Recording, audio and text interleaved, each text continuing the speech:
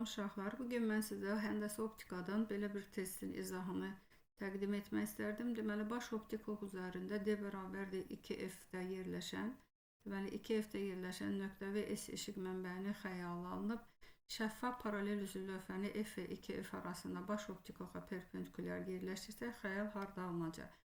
Əvvəlcə ümumiyyətlə nöqtənin, məsələn S işıq mənbəyinin, nöqtəvi işıq mənbəyinin toplayıcı linzada xəyalını qurmaq üçün biz istifadə etməliyik fokal müstəvidən. Fokal müstəvini əvvəlcə çəkirik. Fokal müstəvi deməli baş optik oxa perpendikulyar keçməlidir. Baxın, baş optik oxa perpendikulyar endirib fokal müstəvini alırıq. Sonra bizə burada lazımdır köməkçi optik ox. Deməli optik mərkəzdən də köməkçi optik ox keçiririk və onlar kəsişdi. İndi biz həmin nöqtəvi işıq mənbəyinin linzada xəyalını qurmalıyıq. Bunun üçün nə edirik? Deməli, həmin nöqtəvi işıq mənbəyindən köməkçi baş optik oxa paralel işıq şüasını yönəldirik. Baxın, paralel işıq şüası deməli linzanın üzərinə paralel düşüb, linzada sındıqdan sonra gəlib keçməlidir. Baxın, fokal müstəvinin bax bu kəsişmə nöqtəsindən gəlir. Baxın, gəlib keçdi hardan? 2 qat fokusdan.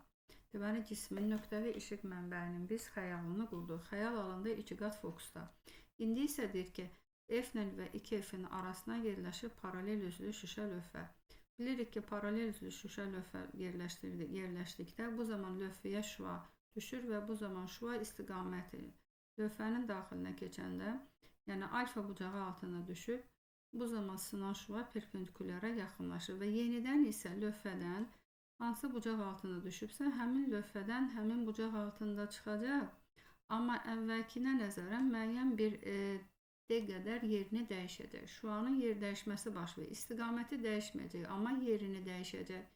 Dedir ki, həmin şüa bu zaman lövhənin üzərinə düşən işıq şüası baş optik oxu hansı nöqtəsində xəyalı alınar. Baxın, indi həmin şüa yenidən ikinci halda yerini dəyişən şüa yenə baş köməkçi optik oxa paralel olaraq düşür linzanın üzərinə və düşdükdən sonra linzada sındıqdan sonra yenidən harda kəsişməlidir?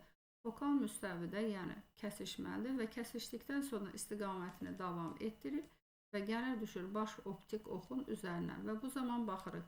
Həmin şüa artıq əvvəlki ilə müqayisədə 2 qat fokusdan kənara düşdü. Bu zaman cismin həmin işıq mənbəyinin xəyalı, yəni nöqtəvi işıq mənbəyinin xəyalı 2 qat fokusdan kənarda alındı.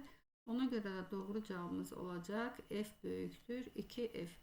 Deməli, bugünlük bu qədər. Növbəti videolarda görüşərik. Fərqli bir sual idi bu, həndəsə optika.